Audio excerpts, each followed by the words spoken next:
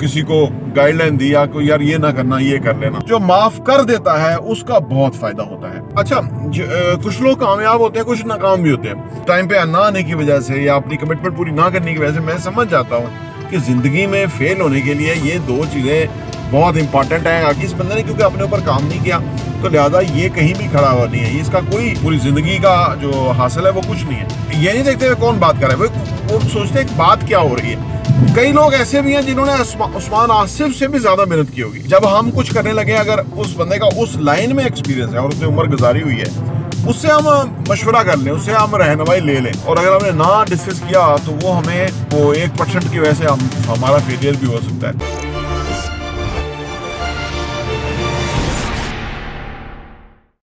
अस्सलाम वालेकुम रहमतुल्लाहि व बरकातहू। मेरा नाम अहमद अकील है, आप देख रहे हैं प्रॉपर्टी टीवी। जिस एज ग्रुप में मैं हूँ, यानी 50s में, और 60, 70, 80 ईयर के जो लोग होते हैं, 50 to 80, ये किसी को कोई नसीहत कर सकते हैं, अपने तजुर्बे से किसी को कोई रहनुमाई गाइडलाइन दे सकते हैं। और क्योंकि ये उम्र ही ऐसी होती है कि इसमें बंदा बहुत कुछ गलतियां करके बहुत लेसन लर्न कर चुका होता है, और वो सोचता है कि अगर मुझे ज़िंदगी के इब्तदाई हिस्सों में ये चीज़ों को पता लग जाता तो मैं आज मेरा जो मौजूदा मतलब जो मैं हूँ, इससे मैं कहीं अच्छी स्टेज पे उतार होता।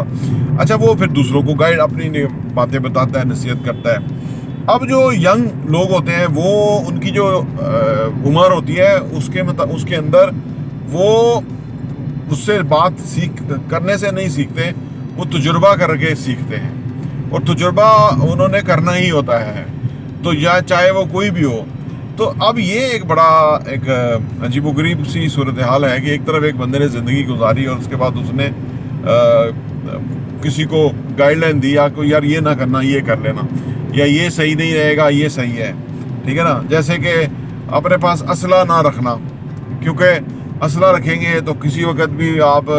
जो है ना गुस्से में ताश में आके असला चलाएंगे और आप फिर उम्र कैद फांसी पे लटक सकते हैं, क्योंकि आप वो जब आपके पास वो असला होगा नहीं तो आप उस तैश में बच जाएंगे। आपको बुरा लगेगा लेकिन आप बच जाएंगे फिर भी। या किसी को माफ़ कर देंगे तो माफ़ करना जो है वो बहुत बड़ा ही आप समझ लें बहुत बड़ा अमल है, बहुत बड़ा। और इसमें जो माफ़ जिसको कर दिया गया है वो फ़ायदा तो शायद ज़्यादा उठाए या ना उठाए, या उसका हो या ना होता ही है, लेकिन जो माफ़ कर देता है उसका बहुत फ़ायदा होता है, क्योंकि वो ना ऑल टुगेदर उस आग से, वो बदले की आग, उससे वो निकल जाता है। तो वो जो बदले की आग में जलता रहता है, वो सारी ज़िंदगी जो है ना वो एक बुरी सूरत हाल में रहता है। तो अब ये जो एक कैफियत है, अब मैं माशाल्लाह 50s में हूँ और मेरा बेटा जो 19-20 में है, तो अब ये भी एक बड़ी एक उम्र का एक डिफरेंस है। आल्दो कि ये माशाल्लाह से मेरी बात को बहुत अच्छी तरह सुनता है और उसको बड़ी अहमियत देता है, लेकिन ओवरऑल अगर आप देखें, माशरा हमारा नौजवानों पे मुश्तमिल है। 30% से नीचे जो है ना तकरीबन जो 30 साल से नीचे 65% लोग हैं, यानी 2/3, यानी बहुत बड़ा नंबर है, ठीक है, पाकिस्तानियों का। तो अब ये जो लोग हैं ये कैसे सोचते हैं, या ये नसीहत को या गाइडलाइन को कैसे लेते हैं, ये ऐसे ना आप बताएं।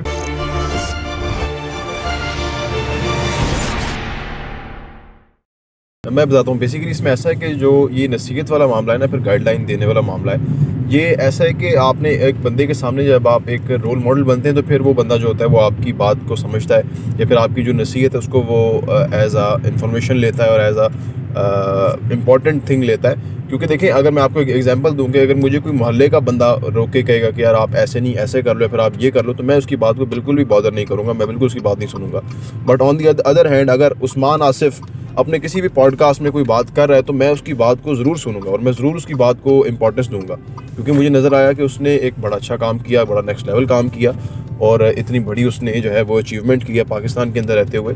और उसके बाद फिर उसने बाहर भी गया, बाहर भी काम किया, यहाँ भी काम किया। तो वो इस तरीके से जब एक पर्सन है, जब एक वो इस लेवल पे आता है कि वो एक अगले बंदे के लिए एक फैंटेसी बनता है, या फिर अगले बंदे के लिए वो एक रोल मॉडल बनता है, तो फिर वो जो उसकी बात होती है उसको जो भी जो नया बंदा होगा वो उसकी बात को समझेगा, उसकी बात को वो सुनेगा, तो वो एज आ नसीहत उसकी बात को लेगा। अदरवाइज़ तो वो आमतौर पर हमने देखा है कि अमूमन लोग जितने भी हमारे यहाँ पर हैं पाकिस्तान में, कोई इतने खास लोग तो है नहीं कि उन्होंने पता नहीं क्या कुछ कर दिया हो या फिर बड़ा उन्होंने कोई अचीवमेंट्स की हो, तो वो बातें तो कर रहे हैं कि जी आप ऐसे नहीं ऐसे कर लो, फिर आप ऐसे कर लो, तो लोग इस चीज़ से नहीं सुनते क्योंकि उनको पता होता है कि यार ये कोई इतना बड़ा रोल मॉडल तो है नहीं है, या फिर इसने खुद भी इतना कुछ तो किया नहीं है, तो ये इसकी बात को जो उसने उसको वो इंपॉर्टेंस नहीं दे पाते। तो अगर एक इंसान जो कि एक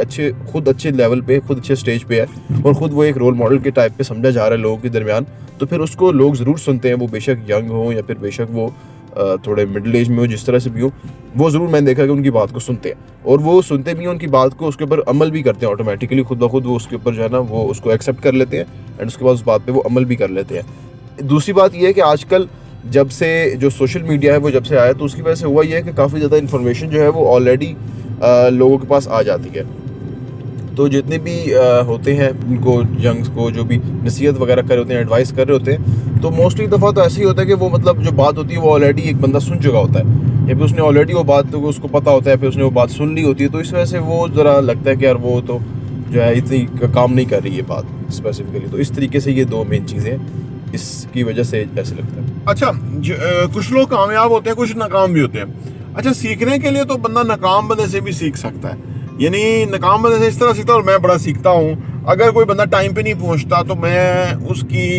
या वो कमिटमेंट पूरी नहीं करता तो मैं उसकी मिस कमिटमेंट या और उसकी टाइम पूरा ना करने की वजह से,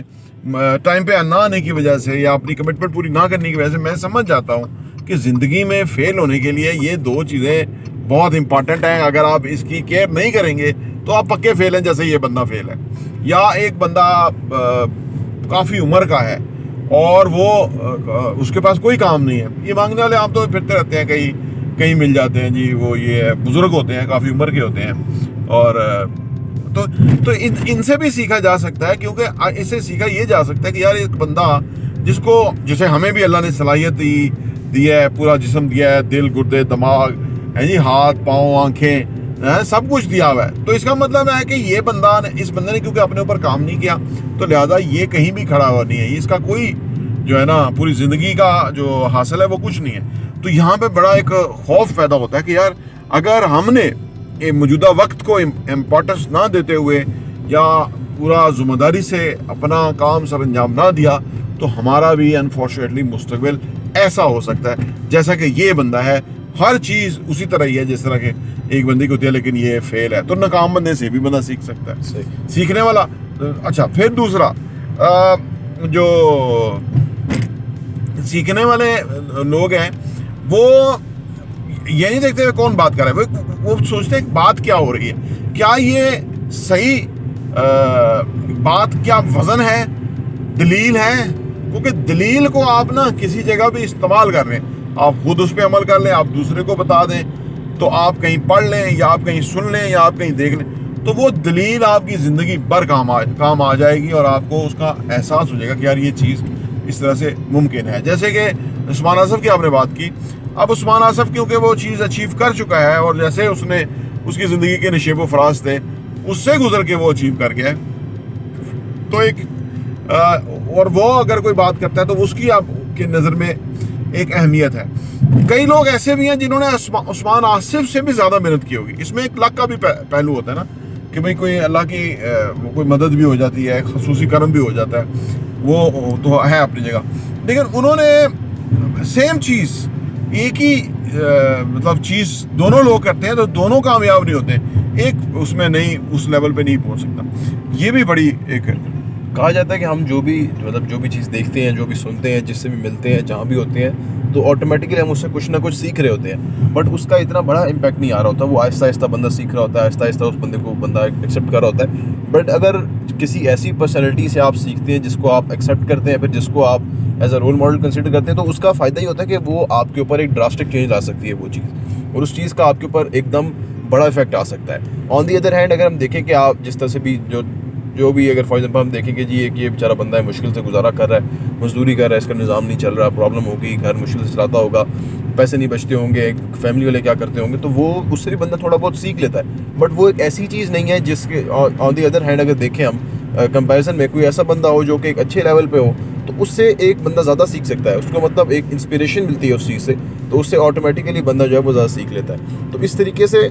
मोस्टली यही देखा गया है अब जब से ये सोशल मीडिया है तब से, कि जब जितना लोग अपनी आप को शो ऑफ करते हैं, लोग दिखाते हैं, तो उससे ये होता है कि ज़्यादातर लोग जो होते हैं वो उसकी तरफ अट्रैक्ट कर जाते हैं। लोग समझते हैं कि यार ये ज़्यादा बेहतर बात कर रहा है, ये ज़्यादा सही बात कर रहा है। हालांकि वो बात बिल्कुल ठीक है कि अगर वो दलील की बात है, फिर जो बात अगर सही कर रहा हो तो वो तो बात वैसे ही सुन लेनी चाहिए, सीख लेनी चाहिए, समझ लेनी चाहिए, वो बिल्कुल ठीक है। लेकिन ज़्यादातर ये होता है कि मोस्टली और हमारे जहाँ पे ऐसे ये डेवलपिंग नेशंस हैं, यहाँ पर ऑटोमेटिकली लोग ज़्यादातर अट्रैक्ट हो जाते हैं वहाँ पर जहाँ पर के उनको कोई ज़्यादा चार्म नज़र आता है, उनको जहाँ पर उनको ज़्यादा कोई गोल्ड आपके नज़र आता है, जहाँ पर उनको ज़्यादा कुछ सुनहरी कुछ नज़र आता है, तो वहाँ पर लोग ऑटोमेटिकली अट्रैक्ट हो जाते हैं। ऐसा भी देखा गया है, कई लोग ऐसा नहीं होगा कि वो मतलब ऐसे ही टाइम पास करें फिर वैसे वो लेट आ रहे हैं, कुछ ने ऐसा किया होगा कि उन्होंने देखा होगा कि यार यहाँ पे हमें नज़र आया था यूट्यूब पे एक बंदा, वो तो उठता ही दिन को 12 बजे है और वो तो कभी जाता है कभी नहीं जाता काम पे, तो उसका तो निज़ाम सही चल रहा है, तो क्या पता हमारा भी ऐसे ही हो जाए। तो इस तरीके से लोग जो है ऑटोमेटिकली इन्फ्लुएंस हो जाते हैं और उसके बाद वो जो भी सीखते हैं तो वो उनकी लाइफ में ऑटोमेटिकली वो चीज़ शो होना शुरू हो जाती है। अच्छा, अगर यहाँ पे एक सिनेरियो है कि अगर फ़र्ज़ करें कोई बंदा नौजवानों को बात कर रहा है और वो अपनी पूरी सिंसियरिटी के साथ वो बात बता रहा है, ठीक है। आपने देखा रिश्तेदारों में भी कई अंकल्स होते हैं, वो लोगों को बताने की कोशिश करते हैं, अपने भतीजों को बताने की कोशिश करते हैं कि देखो ये है, और ये एक प्रोसेस है। लोग इस तरह जब इकट्ठे होते हैं तो वो उस बात करते हैं। तो उसमें आप क्या देखते हैं कि भाई ये बंदा जो बात कर रहा है, इसकी बात के अंदर क्या होगा तो वो अपीलिंग होगा? देखिए, इस सिचुएशन में तो ऐसा होता है ना कि आमतौर पे वो डिपेंड करता है कि बात क्या हो रही है, क्योंकि अगर ऐसी कोई बात इसके अंदर नंबर्स मैटर करते हैं तो उसमें तो जारी बात है फिर नंबर्स ही आ जाएंगे। बट कुछ ऐसी बातें होती हैं जो कि जनरल बातें होती हैं, मतलब जैसे कि अगर एक इंसान कहे कि जी मेरे लिहाज से जो एक इंसान के लिए सबसे अहम चीज़ है वो फ़लाँ है, अब वो एक जनरल बात है, वो इस तरह की बात नहीं है कि वो बिल्कुल एक मतलब फैक्ट नहीं है, वो एक जनरल बात है, तो उसके लिहाज से वो बात होगी तो वो ठीक है, उसके लिहाज से वो बात ठीक है। मतलब अगर कोई और बंदा है तो वो किसी और तरीके से उसको देखता है, तो ऑटोमेटिकली जो जितना भी मैं पहले वही बात की कि जितना भी अब जो सोशल मीडिया से इन्फ्लुएंस हो चुका है ना, तो अब ये बातें जो होती हैं या फिर जो भी इस तरह से वो कोई बताना चाहता है, इस तरह जो भी गाइड करना चाहता है, वो इतना उस मैटर नहीं करती वो चीज़, या फिर वो चीज़ इतना जो है वो लोगों को अट्रैक्ट नहीं करती, क्योंकि ऑलरेडी लोग इस तरह की बातें, इससे ज़्यादा डबल बातें, इस टाइप की पूरी वीडियोस देख चुके होते हैं, पूरे लेक्चर्स देख चुके होते हैं, लोग पूरी पॉडकास्ट देख चुके होते हैं, तो वो फिर जो बातें होती हैं वो इतना कोई फैसिनेट नहीं करती लोगों को, तो इस वजह से वो लगता है कि इतना इंटरेस्ट नहीं है लोगों का अब इस तरह की बातों में। हालांकि वो जो इन्फॉर्मेशन वो देना चाह रहे हैं वो ऑलरेडी एक बंदे के पास पहले ही मतलब होगी, मतलब मोस्ट प्रॉब्ली उसके पास पहले ही होगी इन्फॉर्मेशन जो कि वो अभी देना चाह रहे हैं। और आखिर में हम ये बात कर इस तरह से इसको समेट लेते हैं कि जो भी सीनियर है जिसका एक्सपीरियंस है उस पर्टिकुलर फील्ड के अंदर, जब हम कुछ करने लगे, अगर उस बंदे का उस लाइन में एक्सपीरियंस है और उसने उम्र गुजारी हुई है, उससे हम मशवरा कर लें, उससे हम रहनुमाई ले लें, फैसला करना हमारा काम है, ठीक है ना। उससे हम जब मशावरत कर लेंगे उस पर्टिकुलर काम के ऊपर, तो हमारी वर्किंग में जो भी होगी उसमें 1-2%, 2%, 5% हमें कुछ गेन हो जाएगा, कुछ हासिल हो जाएगा उस बात से। और वो चीज़ होगी कि जिसको हम कोई अहमियत नहीं दे रहे, इंपॉर्टेंस नहीं दे रहे, क्योंकि वो बंदा एक्सपीरियंस कर चुका हुआ है, तो वो चीज़ उसको वो हमें फ़ायदा देगी, वो चीज़ जो वो बता रहा है अपने तजुर्बे की रोशनी के अंदर। क्योंकि हमने जब भी हम किसी से मशवरा करते हैं या किसी से हम रहनुमाई लेते हैं या किसी से हम अपना केस स्टडी डिस्कस करते हैं, तो उसकी जो फीडबैक होती है वो हमेशा वैल्यूएबल फीडबैक होती है। क्योंकि मैंने बता किया ना, 1% भी, अगर 1% भी हमें उससे फ़ायदा हो गया उसकी गुफ्तगू से, तो वो हमारे काम के अंदर बड़ा फ़ायदा दे सकता है। और अगर हमने ना डिस्कस किया तो वो हमें जो है ना वो 1% की वजह से हमारा फेलियर भी हो सकता है या कुछ भी बुरी सूरत हाल का हम शिकार हो सकते हैं। और एंड दैट टाइम ज़रूर जो नौजवान है उनको रियलाइज़ होता है कि यार ये हमने जो है ना मशवरा कर लिया होता तो वो शायद इससे हमें फ़ायदा हो जाता। और तो ये जो सियाने हैं, हमसे बड़े उम्र के हैं या जिनका तजुर्बा है उस लाइन के अंदर, उनकी बात की एक वैल्यू और अहमियत और इम्पोर्टेंस है। और एक और आखिरी बात, जॉनी लीवर का मैं इंटरव्यू सुन रहा था उसके पॉडकास्ट के अंदर, तो उसने बड़ी खूबसूरत बात की। उसने कहा कि जब बंदे की उम्र 75-80 साल हो जाती है ना, तो वो सच बोलना शुरू कर देता है, क्योंकि उसको समझ आ जाता है कि अब मैं 80-85 से क्या और जीऊँगा, तो उस वक्त वो सच बोलना शुरू कर देता है। और वो उसको कोई नौजवान मिल जाए तो वो उसको वो बताना शुरू कर देगा बड़ी सिंसियरिटी और खलूस के साथ। लेकिन नौजवान आपको पता है कि वो कहते हैं शायद बंदा जो कोई बुढ़ा बहुत हो गया तो ये चाहता है कि इसकी कोई बात सुने, तो वो उससे किनारा कशी और उससे कटते हैं कि भाई यार ये लंबी करेगा बात, ये बार बार करेगा वो, क्योंकि उस उम्र के उस हिस्से के अंदर जो है ना वो उसकी बात के जो एक करने का अंदाज है और या उसका जो ओवरऑल वो है स्टाइल है वो इतना अपीलिंग या अट्रैक्टिव नहीं होता, तो इस वजह से लोग उससे भागते हैं। हालांकि वो स्टेज के ऊपर दिल की बात, सच्ची बात, हकीकी बात जो है वो दूसरों के साथ शेयर करना चाहते हैं। अगर कोई सुन ले तो उसका उस पर बहुत फ़ायदा हो सकता है। इसमें एक छोटा सा चीज़ वो भी है कि इसमें थोड़ा एक्सपोजर का भी डिफरेंस होता जी। है। अगर जैसे मैं अगर एग्जांपल दूँ तो 2 साल जो पिछले 2 साल मैंने भी गुजारे हैं, इनके बाद मुझे एक बात ये थोड़ी लगी है, समझ आई है कि जो भी इंसान अगर अपनी लाइफ में फाइनेंशियली थोड़ा बेहतर है या फिर वो स्ट्रांग है तो उसको एक रिस्पेक्ट देनी चाहिए। क्योंकि वो जो दुनिया है, इतनी बड़ी दुनिया है, इसके अंदर आपको पहले पूरी स्ट्रगल करनी पड़ती है, पूरी फाइट करनी पड़ती है, उसके बाद जाके आप एक इस लेवल पहुँचते हैं कि आपके लिए जो ये